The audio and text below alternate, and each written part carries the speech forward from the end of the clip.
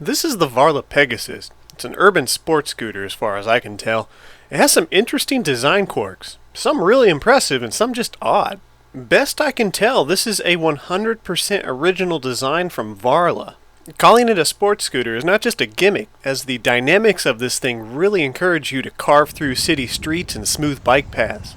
The stiff metal body, suspension, small but wide solid tires make it clear that they had no intention for this being an off-road scooter. However, the build quality means that it definitely can handle a little bit of the rough stuff, as I wasn't really able to find many things on this scooter that scream cheap.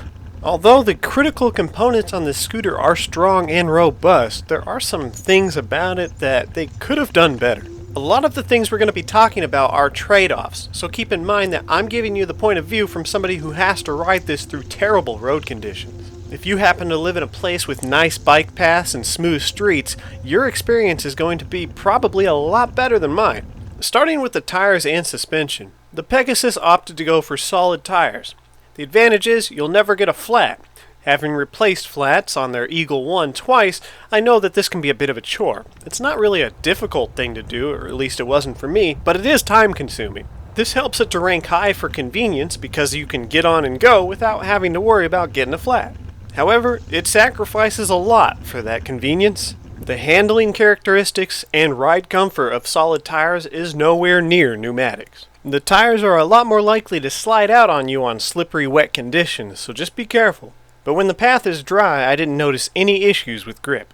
The brakes on this scooter have no issues stopping these tires very quickly, so you'll need to be careful not to skid because flat spotting a solid tire is something you don't want to do.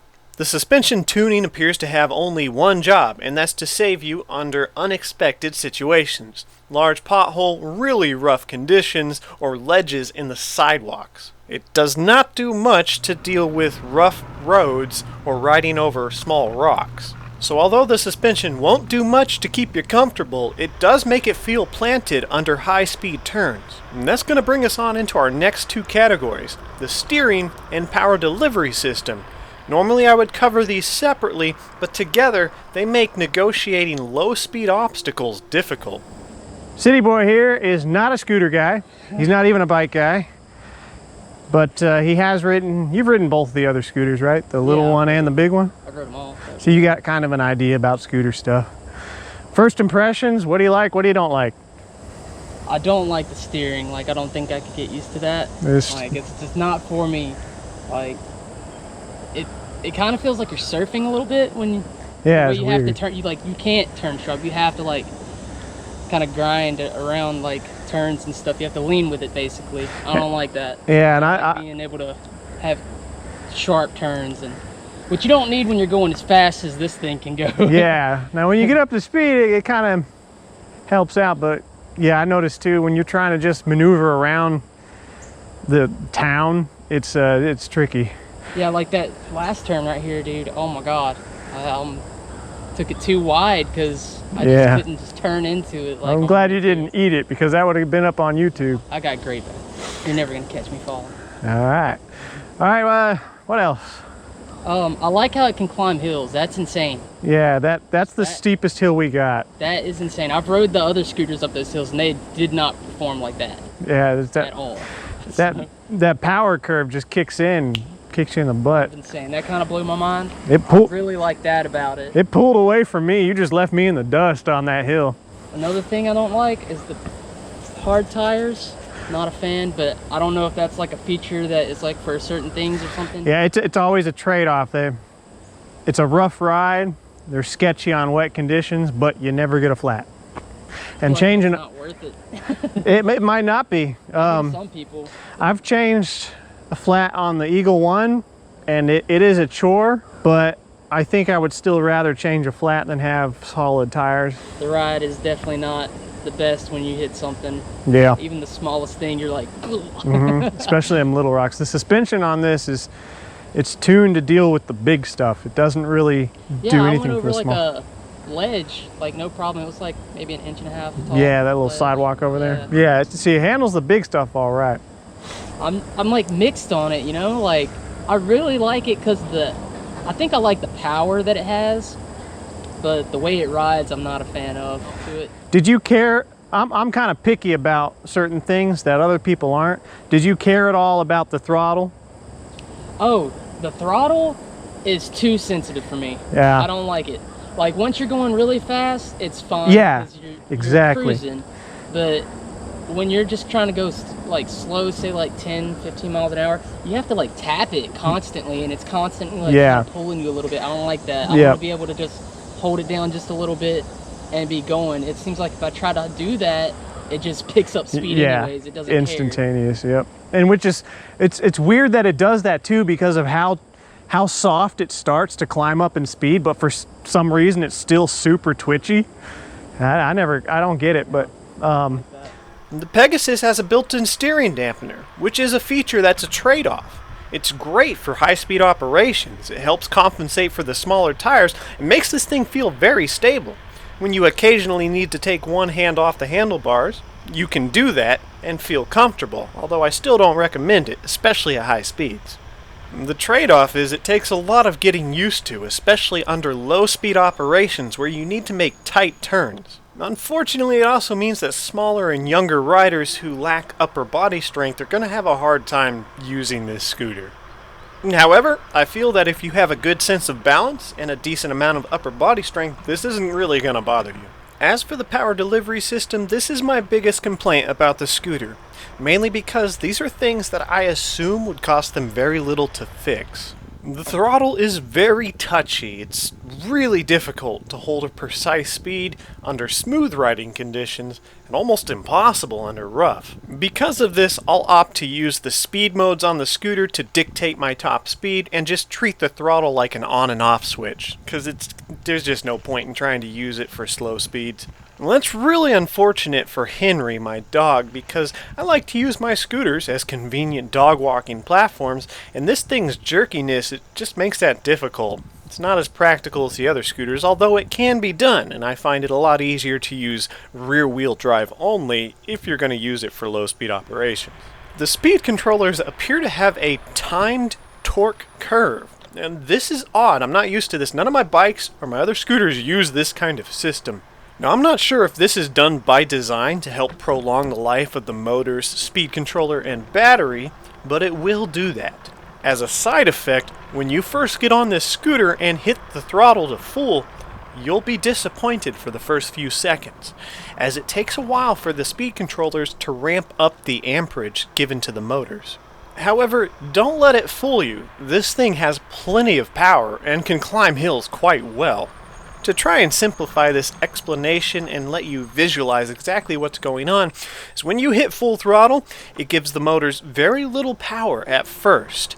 As time goes on, it keeps delivering more and more power, and this is certainly a timed curve, which you'll notice whenever you go through sandy areas or loose terrain, as it will continue to give you more and more torque even if the terrain stays crappy, and you'll suddenly feel a kick, almost as if this thing has turbo lag. At first I didn't know that was what was happening until I tried to tackle a really steep hill which I assumed it would fail at. It started out very slow, felt underpowered, and just seemed like it was going to stall out. But it kept giving more and more power, and it just climbed the hill and all of a sudden took off like a rocket. So now that I understand that's what's going on, it definitely makes me feel a lot better about this scooter's capabilities, but here's why I don't like it. When you're traveling at mid to high speeds, you've got a good flow and momentum going, but you have to let off the throttle for just a split second to negotiate an obstacle or make a turn. The timer restarts completely. When you hit the throttle again, it doesn't give you the torque that it should at your RPM level. Instead, it restarts that torque curve, slowly applying power until it reaches the level that you're at. This means, in short, that when you start slowing down, you're going to keep slowing down after you hit the throttle again for a few seconds. It's really annoying. I don't like it. And so long as you have a few seconds of patience, this thing can easily gap a lot of other electric vehicles. My 750 watt Hemingway Cruiser was able to keep up with it at the beginning of this hill, but once it got into the steepest section where the Pegasus just kept applying more power, it was gapped. And for those motors, you have a 500 watt in the front and back, giving you a total of 1000 watts. They apply their power pretty smoothly despite this touchy throttle, and it is the quietest scooter I've ridden so far. Looks are of course subjective, but I think Varla nailed it with this scooter's design. It's not so flashy that it screams "look at me," while still maintaining a unique and sleek sporty design. I really like it, and its build quality backs that up. This thing is solid. Riding it in no way feels like a cheap scooter. As a downside of maintaining that sturdy, rugged design that's probably going to last a long time, this thing is heavy. Don't let its size fool you. This thing is not a light scooter. You won't be carrying this up and down stairs or through businesses on a daily basis. I'm pretty sure Varla realized that when they sold this scooter because they actually include a lock in the accessories package. The heads-up display is an upgrade over their Eagle 1 base version. It gives you a lot more information, gives you voltage, current readout, and a more advanced battery bar indicator. All these things combined are pretty nice, and the battery bar indicator actually appears to be accurate. The taillight on this unit is actually pretty bright, flashes when you hit the brakes, and has a slight upwards tilt to make it more visible. Unfortunately, the headlight is rather disappointing. It's a B-scene light. You won't be using this to travel at night. You can do maybe 12 miles an hour on a sidewalk, but in pitch black situations, you're going to need another light. No USB charging on the heads-up display if that matters to you. For this kind of scooter, I'm impartial. Don't really care. I'm not going to be riding it long enough to need to charge a phone, but I would like a USB charging port on the heads-up display simply so that you can charge an aftermarket headlight from the scooter. I was a little surprised at first to see no water-resistant rating on their website, at least not that I could find. This looks like it would easily survive a light rain shower, but then I realized it's got solid rubber tires and they probably decided not to advertise it as water-resistant because riding through the rain with solids is not nearly as safe as pneumatics. The rubber on the deck as opposed to sandpaper gives decent grip in dry conditions. I have no issues with slipping, and it's a lot easier to clean. And for that deck, I have no problems fitting my big old size 13 boots on it. Doesn't really bother me. My first test rides of this scooter made it feel like it was a little too short for me. Then I realized that you can flip the handlebars up and gives me just enough reach so it doesn't feel uncomfortable. The mechanical brakes on this scooter are some of the best mechanical brakes that I've felt on a bike or scooter so far. But unfortunately, there's no regen braking, which is really, really disappointing. I love the regen braking on their Eagle 1. It took me a little bit to get used to, but once I set it up properly, I use it almost exclusively to save my brake pads. During long descents where you have to ride the brakes, regen braking is really nice to have. A lot of my nitpicks about bikes and scooters have to do with practicality, and although you could quite easily use this as a commuter, that's not really where it shines in my opinion. I personally feel this was designed and tuned specifically to be an urban explorer sports scooter, with having fun being the main goal in mind. Other than its odd throttle curve, I have no complaints about its performance and build quality. Where this thing really shines is on smooth, flowy paths where you can carry momentum for long distances. And it really hits a sweet spot for top speed at 28 miles an hour. If you're like me and you live in situations that require constant negotiating of rough terrain, I would probably save up for a more high-end off-road model with bigger tires and better suspension. I also wouldn't recommend this for aggressive city traffic where you're constantly going through stop-and-go situations and making tight turns. But in areas with suburban streets and bike paths, this thing would really be fun. I've received no compensation for this video other than the scooter itself, and these thoughts and opinions are my own. So I hope you guys got some useful information out of today's video, or at the very least, were mildly entertained. And until next time, ride safe.